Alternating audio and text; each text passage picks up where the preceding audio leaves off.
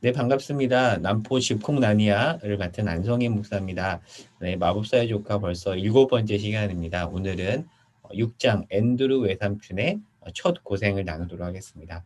네, 제목에서 알 수 있듯이 네, 앤드루 외삼촌이 이제 처음으로 이제 고생을 합니다. 어떻게 이제 이어지는지 한번 또 생각하면서 오늘 내용을 살펴보도록 하겠습니다. 네, 읽기 모임 흐름은 기억나시죠? 이렇게 진행이 될 거고요. 1단계는 다시 이야기하기입니다. 네, 다시 이야기를 했다는 가정을 하고 그리고 2단계로 넘어가겠습니다. 네, 오늘은 내용 확인 질문을 5개를 뽑아봤는데요. 첫 번째는 제이디스가 어떻게 런던에 오게 되었는지에 대한 이야기입니다. 런던에 드디어 오죠. 그리고 두 번째는 이제 제이디스를 앤드루가 만나는데 앤드루가 어떻게 반응하는지에 대한 질문이고요. 세 번째는 제이디스가 앤드루와 디고리를 다르게 대하거든요. 어떻게 다르게 대하는지 그리고 왜 다르게 대하는지에 대한 그런 질문이고 네 번째는 현재 제이디스 때문에 디고리에게 고민이 한 가지 생겼어요. 근데 런던에서의 고민입니다. 어떤 고민인지 왜 고민하는지도 생각해 보겠고요. 마지막으로 앤드류가 이제 레티모에게 친절하게 말하면서 어떤 부탁을 합니다. 그 내용을 살펴보도록 하겠습니다. 첫 번째 질문 살펴보기 전에 이제 5장 잠깐 스토리를 복습을 해보겠습니다. 5장에서 이제 디고리에게 런던이 젊다는 사실을 들은 제이디스가 런던을 다스려야겠다는 계획을 세우죠. 왜냐하면 찬 제국은 다스릴 게 이제 없거든요. 근데 새로운 세계에 가서 젊은 나라를 내가 다스리겠다라고 생각을 합니다. 하지만 이제 두 아이는 어떻게든 이 마녀를 데려가지 않으려고 하죠. 그래서 이제 제이디스와 아이들이 이렇게 말다툼을 하는데 마침 이제 제이디스가 이렇게 아이들을 꽉 잡고 있어요. 꽉 잡고 있는데 이제 말다툼을 하는 사이에 잠깐 손을 놓치는데 그 순간 이 폴리가 재빨리 반지를 만집니다. 왜 만진 걸까요? 빨리 고요한 숲으로 가기 위해서 재빠르게 움직인 거죠. 두 아이는 이제 과연 이 마녀의 찬 제국으로부터 탈출한 것일까요? 자, 이 생각을 가지고 이제 오늘 6장으로 들어가 보겠습니다. 안타깝게도 제이디스가 따라옵니다. 자, 아까 이제 살펴봤던 5장에서 재빨리 이제 노란 반지를 만졌잖아요. 그러니까 이 아이들이 고요한 숲으로 가게 되는데 자, 뭐 책 내용을 읽어보겠습니다. 폴리가 비명을 질러요. 어떻게 지르냐면 놔라고 합니다. 그러자 디고리가 나 안 잡았어 하고 이제 드디어 고요한 숲에 이르렀는데 어떤 일이 있었냐면 마녀가 폴리의 머리카락을 꽉 쥔 거예요. 자, 이때 이제 새롭게 반지의 비밀을 알게 됩니다. 어떤 비밀이냐면 반지를 끼거나 만질 필요 없이 반지를 끼고 있는 사람과 닿기만 해도 따라간다라는 이제 그 비밀을 알게 돼요. 그러니까 마녀는 그렇게 해서 따라오게 된 거죠. 참으로 안타까운 일이 벌어진 겁니다. 그래서 디고리와 폴리와 제이디스가 고요한 숲에 함께 이릅니다. 그런데 희한하게도 이 제이디스가 고요한 숲에서 찬 제국과 좀 다르게 보여요. 그때는 뭔가 굉장히 과격하고 힘이 있는 그런 마녀의 모습이었는데 고요한 숲에서는요 굉장히 파리하고요. 그래서 전혀 아름답지도 않고 힘이 약해지고 공포에 그 어, 다른 사람을 향해서 공포심을 유발했던 그 제이디스 눈에 공포가 어려 있었습니다. 자, 그래서 나눔 질문 하나 던져볼게요. 찬 제국에서 엄청난 힘을 보여준 제이디스가 왜 고요한 숲에서는 맥을 추지 못한 걸까요? 고요한 숲에 어떤 힘이 있길래 이런 모습을 제이디스가 보인 걸까요? 여러분 어떻게 생각하시나요? 한번 다음 장으로 가기 전에 한번 아이들과 이 질문을 나눠보시기 바랍니다. 자, 이게 이제 그림인데요. 이제 구글링을 해서 찾은 겁니다. 이 제이디스가 이렇게 머리카락을 잡고 그리고 따라오죠. 이제 폴리아 디곤이 이렇게 손을 잡고 있고 그렇게 해서 제이디스가 고요한 숲에 이르는 장면입니다. 자, 이제 아까 질문에 대한 그 설명인데요. 사실 정답은 없고요. 추측할 뿐입니다. 아이들과 함께 떠나는 나니아 여행에 나오는 내용을 같이 읽어보겠습니다. 세계와 세계 사이의 숲에는 선한 힘이 가득하였기 때문이다라는 그런 추측이 가능하겠죠. 제이디스의 악한 힘이 꿈틀거리는 곳조차 용납하지 않는 강력한 선한 힘 말입니다. 이는 세계와 세계 사이에 있는 숲의 창조자가 선을 사랑하고 악을 미워하는 존재일 것이라는 추측을 가능하게 합니다. 참 일리 있는 설명이죠.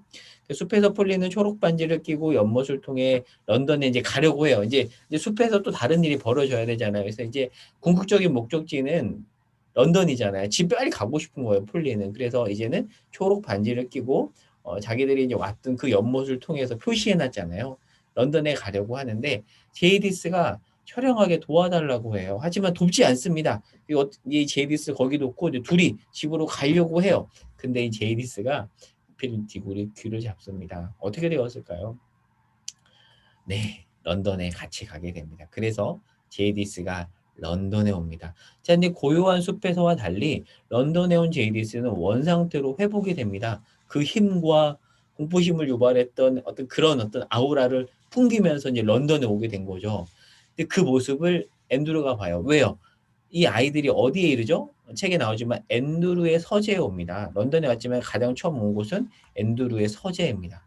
그래서 앤드루가 드디어 제이디스를 만나게 된 거예요. 자, 그림을 통해서 이 둘이 만났을 때 어떤 일이 벌어지는지를 한번 유추를 해보세요. 제이디스를 본 앤드루가 어떠하죠? 굽신굽신거립니다. 그리고 이 제이디스는 앤드루의 막 귀를 잡고 막 흔들죠. 공포 심에 떱니다. 네, 이 그림을 통해서 유추가 가능하죠. 네, 책의 내용을 좀 보겠습니다. 자, 디고리아 폴리를 사실 앤드루를 함부로 대했는데 그렇게 함부로 대했던 앤드류의 모습이 온데간데 없어집니다. 여러분 그런 사람 혹시 만나보셨나요? 강자에게 약하고요. 약자에게 강한 자들이 꼭 있죠. 강자에게 강하고 약자에게 약한 게 아니라 참 강자에게 약하고 하지만 약자에게는 정말 강한. 근데 앤드류가 그런 자였습니다. 자, 앤드류의 반응을 보겠습니다. 앤드류의 삼촌은 마녀를 뚫어지게 봤습니다. 손을 비비며 허리를 굽히며 극도로 겁에 질렸습니다. 그리고 앤드류는 연신 손을 비비며 계속 구실구실하면 이렇게 이런 사람 혹시 오셨나요?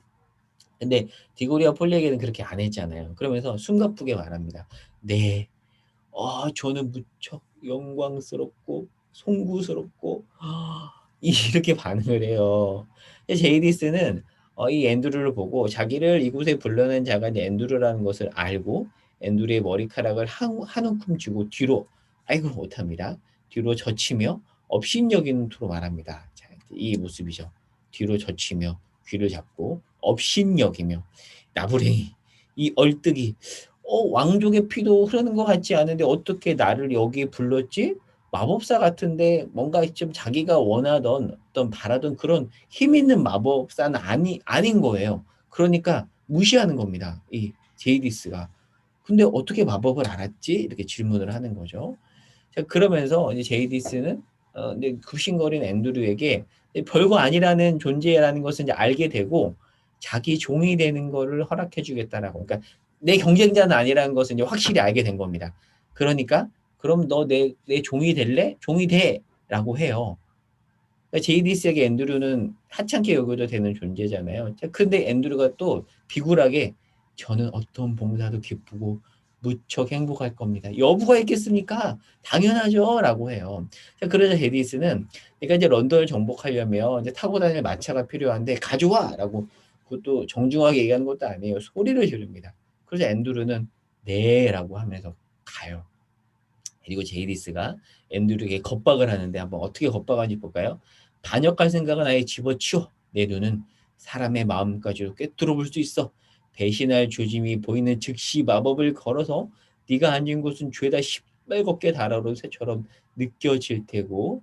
자, 근데 이 옆에는요 디고리아 폴리도 있습니다. 디고리아 폴리도 같이 있다라는 그런 이해를 가지고 이렇게 내용을 따라오시면 될 것 같아요. 자, 그리고 이 말을 들은 앤드루가 풀 죽은 개처럼 이렇게 나가요. 왜 나가죠? 마차를 가져와야 되잖아요. 근데 풀 죽은 개처럼 이렇게 나갑니다. 네, 그림 참 잘 그렸죠? 자, 사실 이 장에서 앤드루는요, 폴리를 실험 대상으로 여긴 자기를 뭐라고 한 디고리에게 이렇게 말하죠. 닥쳐! 이렇게 세게 얘기해요. 이런 지저분한 꼬맹이 녀석한테 내가 그런 말 들으려고 한 거 아니야? 막 이렇게 얘기를 해요. 그런데 그런 모습이 온데간데 없이 사라지죠. 뭐가 달라진 걸까요? 제니스의 말을 고분고분 다 듣는 이 앤드루의 모습을 본 디고리와 폴리가 어떤 생각을 했을까요? 아유, 저 삼촌 우리한테는 그렇게 무섭고 함부로 하더니 제이디스 앞에서는 꼼짝도 못하네. 그리고 자기를 종으로 삼겠다고 하는데도 행복할 거라면서 기꺼이 받아들이죠. 비굴한 겁니다. 그러니까 지금 이 앤드루의 비굴함을 여기서 우리는 읽을 수 있어야 됩니다. 그러니까 앤드루는요 겸손한 게 아니라요 비굴합니다. 비굴함과 겸손함은 다르죠. 그래서 나눈 질문 하나 가져왔는데 아이들에게 한번 생각해 보도록 하면 좋을 것 같아요. 겸손과 비굴함은 비슷하면서도 완전 다릅니다. 비슷하면서도 완전 다른데 어떻게 다른지에 대해서 한번 어떤 사례를 가지고 한번 이야기해 보면 느낌이 더 오겠죠. 뭐 영화나 아니면 소설 속 다른 인물들을 가져올 수도 있을 것 같습니다. 네, 라이프 성경사전 정의와 네이버 국어사전 정의를 가져와 봤는데요. 이렇게 읽으면 조금 도움이 되겠죠. 다릅니다. 낮춘다는 면에서 다르지만 그러나 차이점이 있다. 겸손에는 욕심이 없다면 비굴에는 여전히 욕심이 작용하죠. 그러니까 사실 비굴은요, 얼핏 보면 겸손해 보이지만 위장된 겸손에 불과한 겁니다. 자, JDS의 태도를 이제 보겠습니다. 자, 5장에서 JDS는 폴리를 무시하고 디고리하고만 상대했죠. 기억나시죠? 자, 근데 왜 그랬을까요? 폴리는 무시했거든요.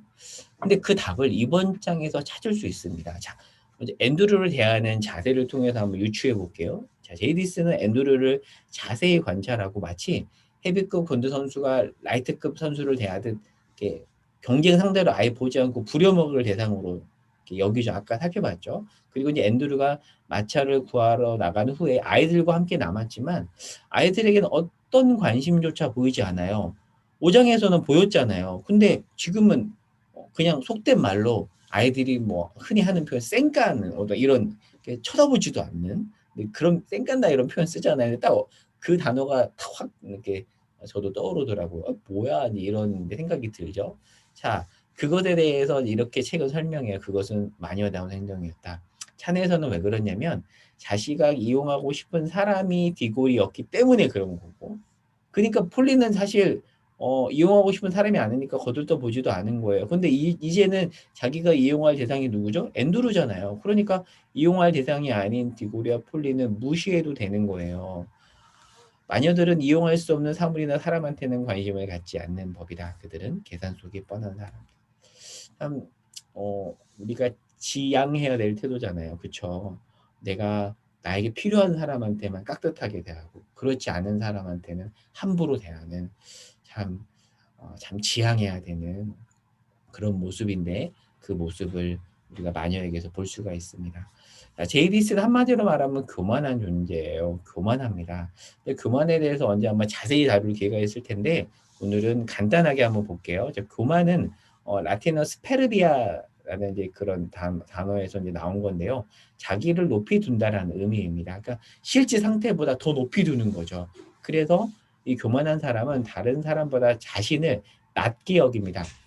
여기도 표현했지만 자신을 낮게 여기는 게 아니라요. 자신을 낮게 여깁니다. 그러니까 다른 사람들을 이렇게 눌러버리는 거죠. 그래서 라이놀드 니버라는 이제 유명한 미국의 기독교 윤리학자는 사실 그 디트리트 보네포가 이제 이 사람 밑에서 공부했잖아요. 니버가 이런 말을 합니다. 첫 인간이 저지른 범죄의 핵심이 교만이다. 그리고 C.S. 루이스는 교만이 가장 큰 죄고 아주 참 통찰력 있는 말을 이렇게 말을 해요. 다른 죄악들은 교만에 비하면 마치 벼룩에 물린 자국에 불과하다. 그래서 7대 죄 중에서도 교만을 가장 큰 죄라고 하거든요. 그래서 참 이 표현은 기억해 보면 좋을 것 같아요. 근데 성경은 빌립보서 말씀에서 뭐라고 하죠? 자기보다 남을 낮게 여기라고 합니다. 남을 낮게 여기라는 게 아니라 남을 더 낮게 여기라고 하지만 교만은 어떻게 해요? 자기를 다른 사람보다 더 낮게 반대죠. 성경이 말하는 것과 교만은 다릅니다. 자, 제이디스는 자기밖에 몰랐고요. 다른 존재들은 그냥 자기를 위한 수단에 불과했습니다. 자, 근데 앤드루는 우리가 지난번에도 앤드루와 제이디스의 공통점과 차이점에 대해서 봤잖아요.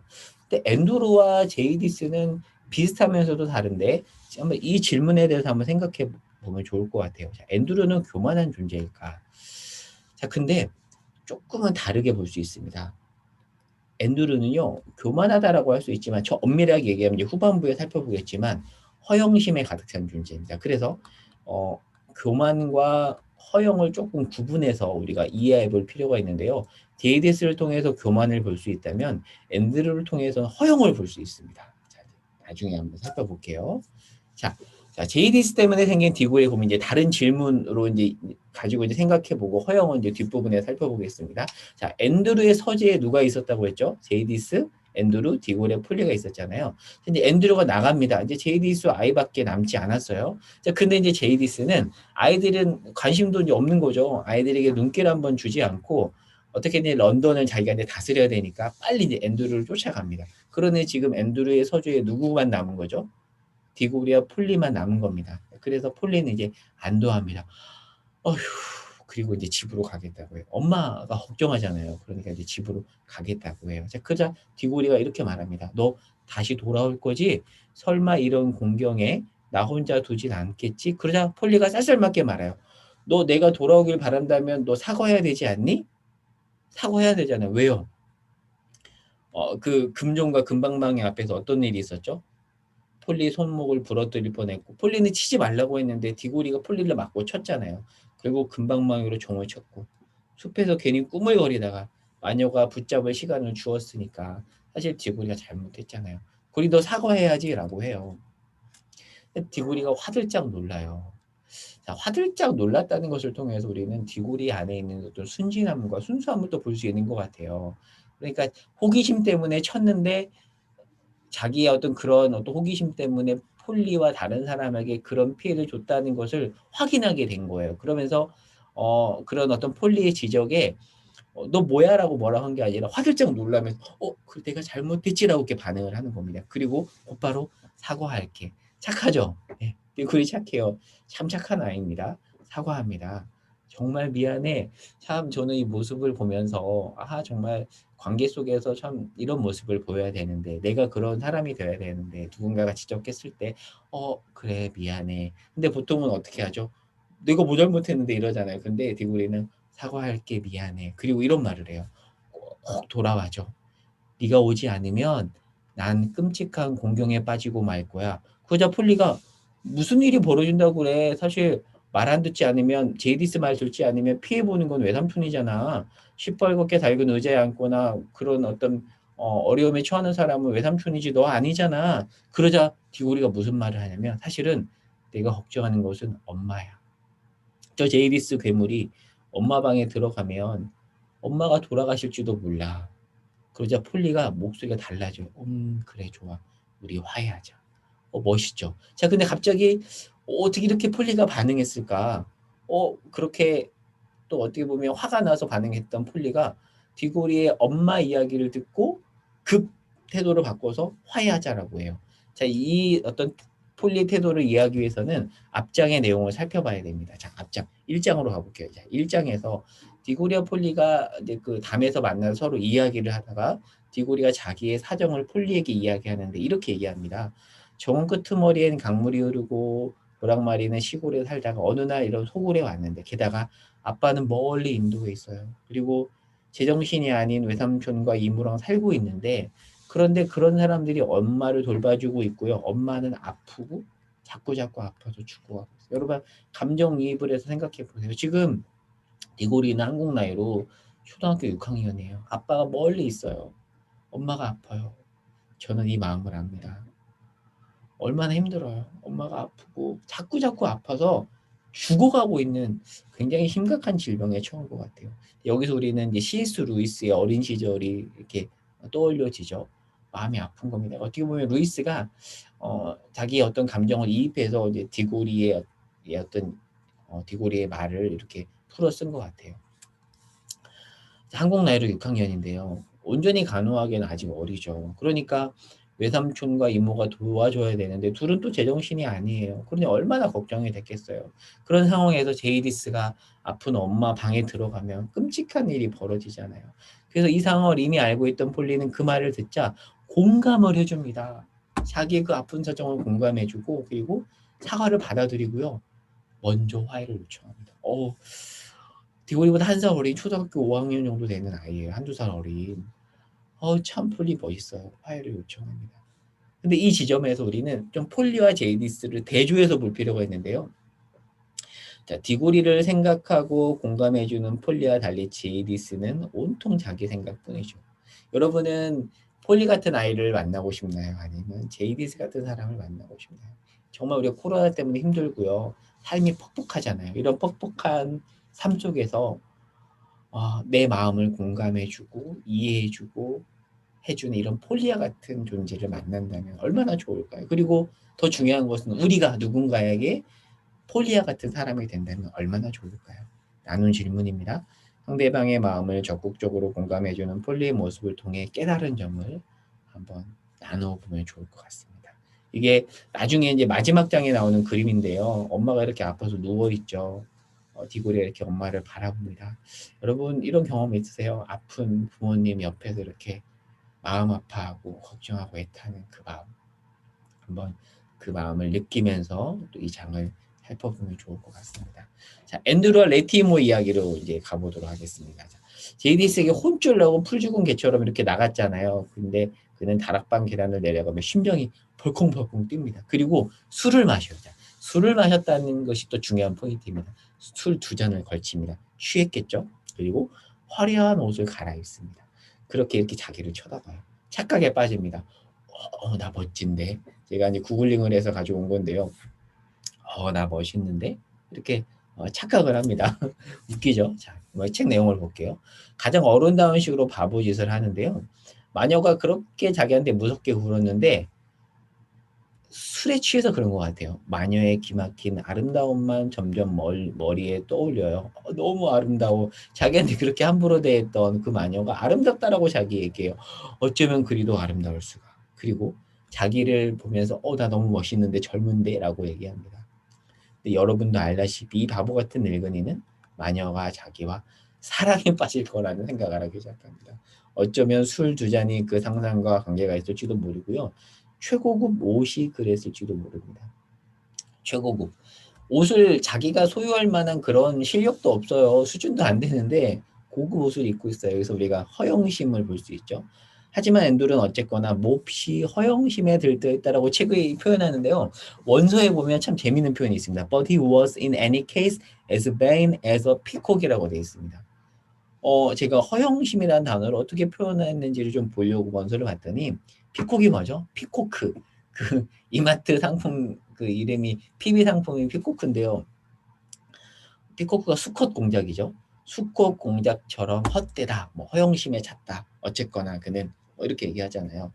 그러니까 이 허영과 피콕이 연결됩니다.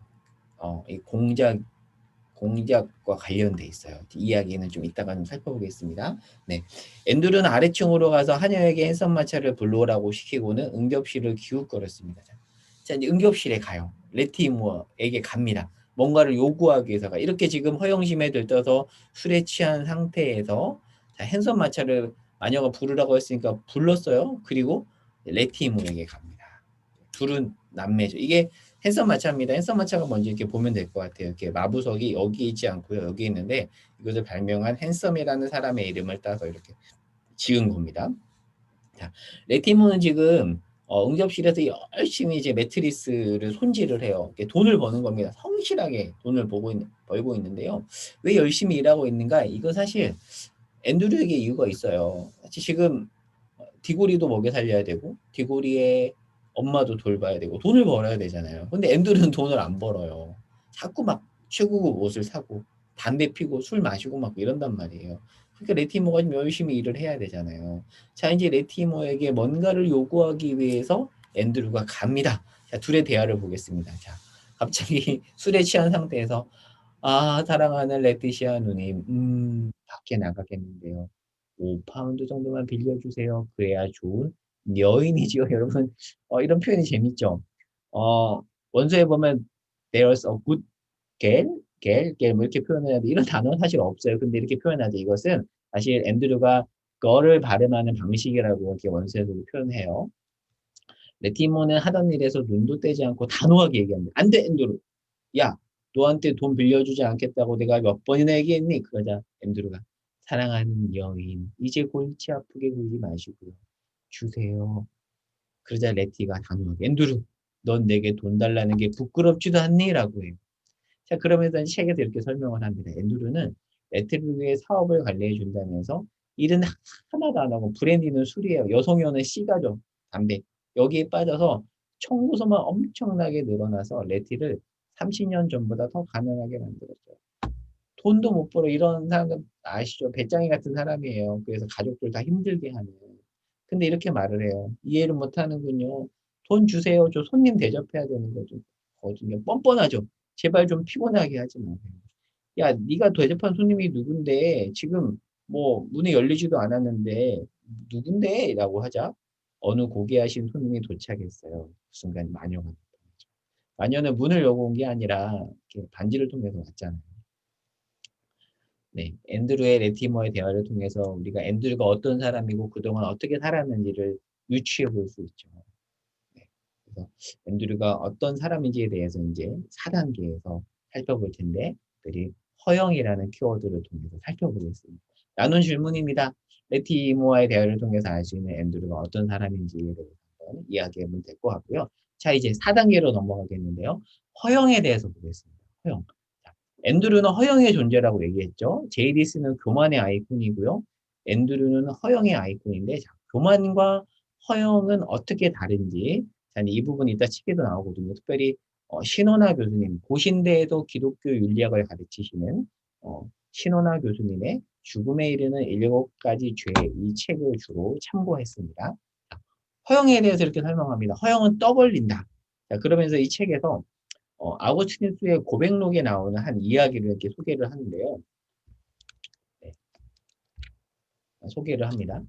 보겠습니다. 어, 아우구스티누스가 이제 회심하기 전에 있었던 일인데요. 이렇게 배나무를 막 흔들었대요. 자꾸 왜 그랬는가? 친구들로부터 찬사를 받기 위해서 했다라는 이야기를 해요. 그러니까 자신이 죄인이어서 악한 행동을 하는 것에 쾌감을 느끼기 때문이기도 하지만 친구들이 없었다면 그런 짓을 하지 않았대요. 그러니까 여기서 이제 허영을 설명하는 겁니다. 허영은 뭐냐면 상대방을 의식하는 겁니다. 상대방이 있어야 돼요. 그래서 칭찬과 명예에 대한 이런 지나친 욕망과 집착이 허영이다라는 이야기를 하죠. 자, 우리가 다시 이제 그 나니아 연대기 마법사의 조카 얘기를 보면 술을 마시고 최고 고수리는 제이디스와 사랑에 빠지는 그 앤드루를 볼 수 있잖아요. 그래서 그를 허영심에 들떴다라고 표현을 하는데 아까도 얘기했지만 수컷 공작처럼 허영심이 많았다고 영어 책에서 표현하잖아요. 자, 왜 공작새가 나올까요? 질문이에요. 왜 공작새가 나올까요? 왜 피콕이 허영과 관련이 있을까요? 네. 이야기를 이제 마지막 부분에 할 텐데, 이 이야기를 하기 전에 성경에서 허영에 대해서 뭐라고 하는지를 좀 간단하게 보고요. 공작과 관련된 허영심 이야기를 해보도록 하겠습니다. 자, 빌립보서 말씀이 있습니다. 빌립보서 2장 3절에 아무 일에든지 다툼이나 허영으로 하지 말라라는 표현이 있어요. 자, 이 허영이라는 단어는 헬라어로 케노독시아로서 명사입니다. 케노스, 공허하다, 메인 이런 뜻이겠죠. 그리고 독사, 글로리, 영광, 헛된 영광 이렇게 합성어예요. 헛된 영광이라는 명사입니다. 그래서 의역하면 거칠의 잘못된 생각이지만 직역하면 헛된 영광이거든요. 근데 이 표현이 갈라디아서 5장 26절에 나오는데 여기서는 명사가 아니라 형용사로 나와요. 케노독소스 이렇게 번역합니다. 헛된 영광. 그러니까 지금 갈라디아 교회와 빌립보 교회 교인들 안에 이 헛된 영광을 추구하는 허영심이 들어온 거죠. 들어온 겁니다. 그래서 사도 바울은 그러지 말라라고 하는데 허영과 교만이 어떻게 다른지에 대해서 한번 이 책의 내용을 보면은 피터 크리프트 교수의 설명을 한번 읽어볼게요. 허영과 교만을 영화 배우와 독재자로 비유하여 그 차이를 이 교수가 설명하는데요. 영화 배우는 레드카펫을 밟으며 대중의 주목과 갈채를 받는 것을 즐기고 대중에게 인정받기를 원하지만 독재자는 다른 사람들의 어떤 그런 시선을 별로 의식하지 않죠. 자, 그래서 허영은 타자의 시선에 의존하고 타자의 인정이 없으면 흔들리지만 교만은 그것과 상관없이 요지부동하대요. 그러니까 영화 배우가 허영과 가까운 존재라면 독재자는 교만과 가까운 존재라는 그런 뜻입니다. 그래서 이렇게 설명하죠. 교만이 스스로 자신의 탁월함을 인정하는 것이라면 허영은 타인이 자신의 탁월함을 인정하도록 만들려는 것입니다. 그러니까 제이디스는 독재자와 가까운 자고요. 앤드루는 영화배우, 이렇게 대중의 주목을 즐기는 거기에 지나치게 반응하는 어떤 그런 배우와 같은 존재라고 볼 수 있습니다. 물론 모든 영화배우가 그렇다는 건 아니에요. 근데 오해하시면 안 될 것 같고요. 근데 잘못된 태도를 가진 영화배우를 얘기하는 거겠죠. 자, 앤드루는 레티모에게 최고 옷을 레티모에게 돈을 빌리고 최고 옷을 입고 데이디스와 사랑에 빠질 상상을 하는 허영심을 보이잖아요. 그만한 실력도 없는데 치장한 겁니다. 하지만 자기보다 약한 디고리와 폴리 앞에서는 굉장히 약한 모습을 보이잖아요. 그래서 저는 이걸 보면서 많은 대다수의 그리스도인들은요, 사실은 교만보다는 좀 허영의 유혹에 더 노출되는 게 아닐까라는 생각이 들었어요. 그렇죠. 저는 제 안에도 교만이 있지만 내 안에 허영의 모습이 많이 있다는 생각이 들었어요. 솔직한 고백이에요. 허영의 욕에 참 많이 노출되는 것 같아요. 여러분은 어떻게 생각하시나요? 여러분도 좀 동의하시나요? 여러분이 이 유혹에 많이 노출된다라는 것에 대해서 동의하시나요? 저는 제 모습을 보면서 동의가 됩니다. 네. 자, 마지막으로 허영과 관련된 이 피콕이라는 단어를 좀 볼게요. 자, 이솝우화에 나오는 까마귀가 그 얘기 아시죠? 그 그림을 보여드릴게요. 까마귀가 공작의 깃털을 붙여서 자기가 공작처럼 보이고 싶어 하는 그 내용 있잖아요. 그러니까 이 피콕이라는 단어가 허영심과 연결되는 게 바로 이 이솝우화에서 유래한 겁니다. 대신 까마귀는 자신의 모습을 있는 그대로 보여줘야 되는데 이 피콕, 수컷 공작의 깃털을 자기한테 꼽죠. 허영이죠. 앤드루의 모습입니다. 앤드루가 보이시나요? 그리고 사실은 네, 우리의 모습이기도 합니다. 우리의 있는 모습 그대로로 귀하게 보시는 하나님 앞에 없는 것을 있는 것으로 꾸며도 되지 않는데 우리가 어느 순간 너무 지나치게 사람의 시선을 의식해서 허영의 유혹에 빠지고 있지는 않는가를 생각해 보면 좋을 것 같습니다. 사실은요, 어, 배우에게 있어서 대중의 관심과 칭찬이 필요해요. 격려가 필요합니다. 그렇죠. 없으면 안 됩니다. 저도 목회자로서 어떤 수고하셨어요. 뭐 은혜 받았어요. 이런 격려가 도움이 되죠. 그래야 힘도 나고 아, 내가 이렇게 했더니 반응하는구나라고 어떤 저도 느끼고 이렇게 더 열심히 할 힘이 나는데요. 근데 그런 격려는 사실 몇 번이면 충분합니다. 지나치면 우리의 영혼이 파리해집니다. 그래서 사막의 수도사들은요, 칭찬을 찌르는 단검으로 인식하고 조심해요. 너무 좋았어요. 잘하셨어요. 그게 계속 들으면 어느 순간 허영심에 빠지게 됩니다. 저는 참 이번 내용을 정리하면서 저를 많이 돌아보게 되었습니다. 조심해야겠구나. 참 하나님 앞에 더 겸손하게 나의 어떤 연약함을 구하면서 나아가야겠구나라는 생각을 더 많이 하게 되었습니다.